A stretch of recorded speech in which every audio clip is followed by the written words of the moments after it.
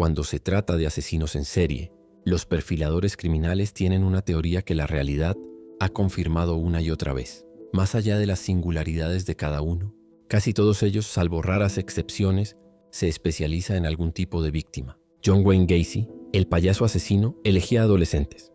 La mexicana Juana Barraza se dedicaba a mujeres mayores, lo que le valió el apodo de la Mataviejitas. Robert Hansen, el carnicero panadero, secuestraba trabajadoras sexuales, las llevaba al medio de un bosque donde las liberaba para cazarlas como si fueran animales. Jeffrey Dahmer, el caníbal de Milwaukee, ponía la mira en los jóvenes gay. Peter Sutcliffe, el sepulturero que escuchaba a Dios, mataba exclusivamente a mujeres. Dean Arnold Cole, Candyman, secuestraba y asesinaba a niños a los que engañaba con golosinas. Estos son apenas unos pocos nombres, dentro de una lista que podría incluir decenas de casos sin agotarse.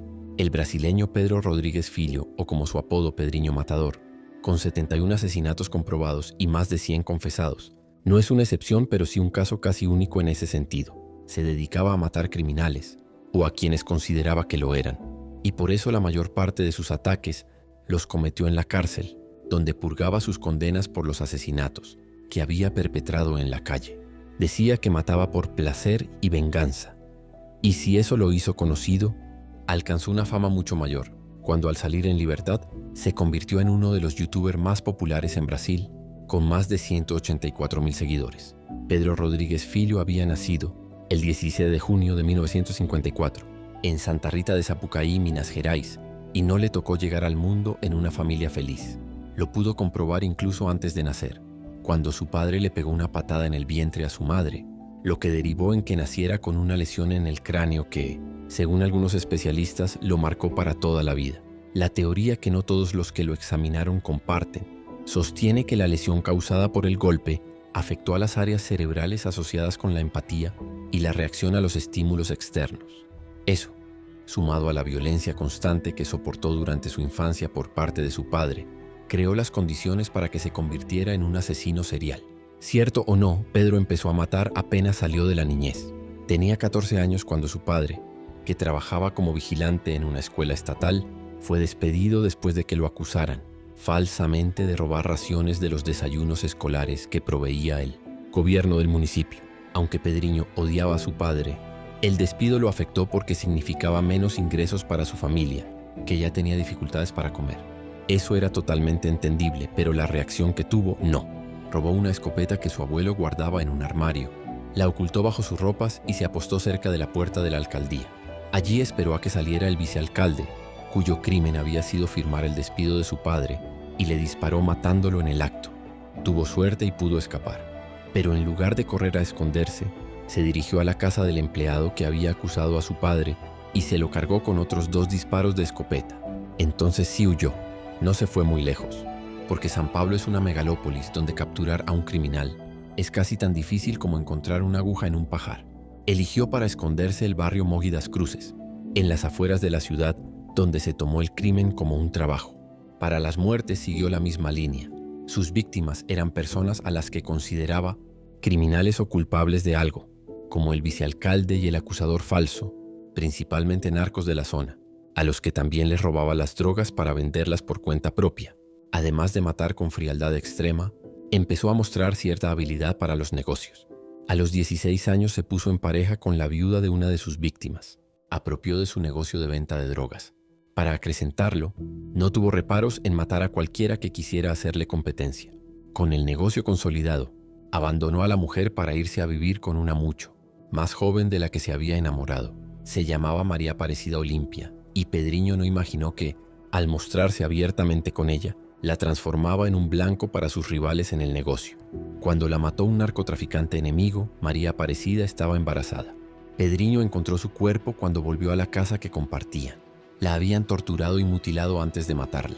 Tuvo paciencia para tomarse revancha. Esperó una fiesta de la familia del asesino, el casamiento de una hermana, e irrumpió, con 4 amigos a los balazos en el salón.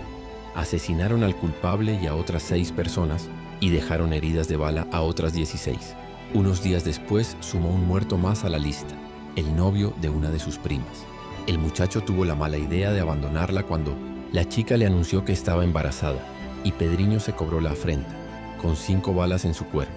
Para entonces, Pedrinho no había cumplido todavía los 18 años, pero sus víctimas ya se contaban por decenas.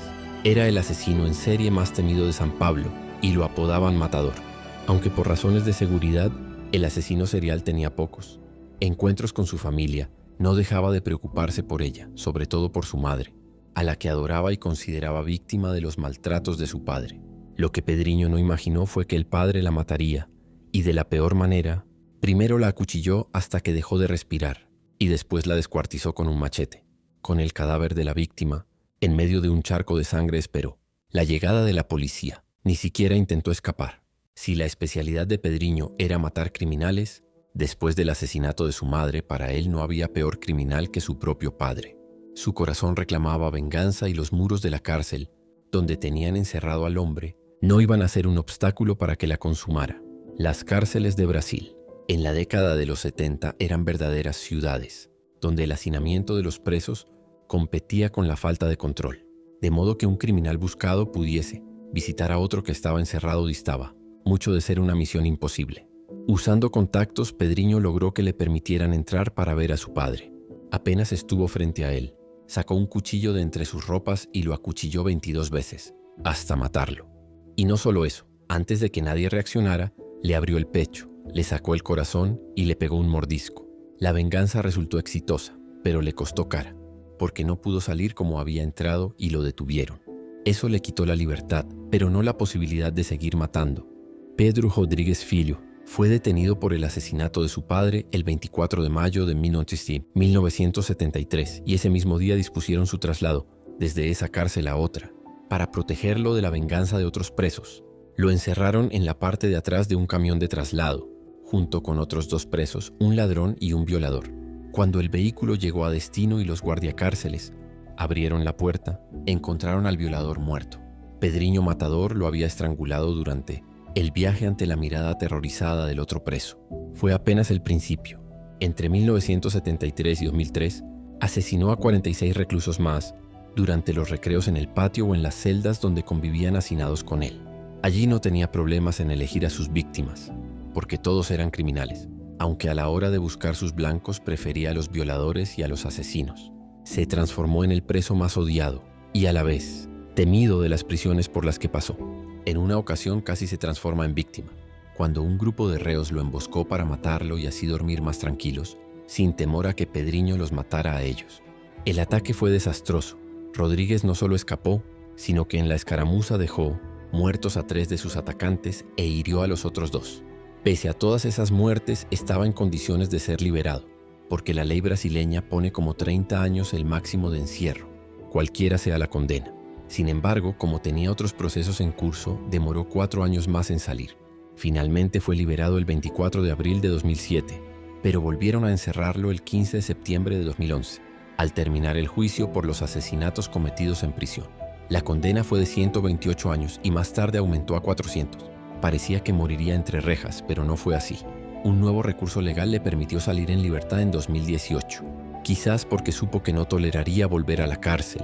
Pedrinho Matador dejó de matar, o por lo menos no se le adjudicaron nuevos crímenes. El consejo de un amigo pudo haber sido decisivo para su cambio de comportamiento.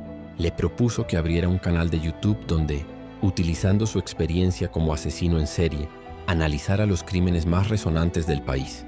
También contaba pormenorizadamente sus propios asesinatos y aconsejaba a los jóvenes para que no se convirtieran en criminales.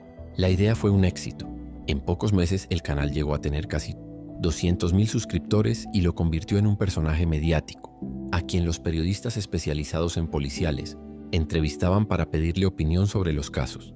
La vida de Pedro Rodrigues Filho parecía reencauzada de manera definitiva, pero el asesino en serie retirado no contaba con los enemigos que había dejado a lo largo de su extenso recorrido criminal. El domingo 5 de marzo del 2023, a las 10 de la mañana, salió de la casa de su hermana en Mogi das Cruzes, en los suburbios paulistas, sin notar que lo esperaban 2 hombres encapuchados en un auto. 6 balazos a quemarropa acabaron con la vida del mayor, asesino en serie de la historia de Brasil. Tenía 68 años. Había pasado 42 en la cárcel y cargaba con más de 100 muertos sobre sus espaldas.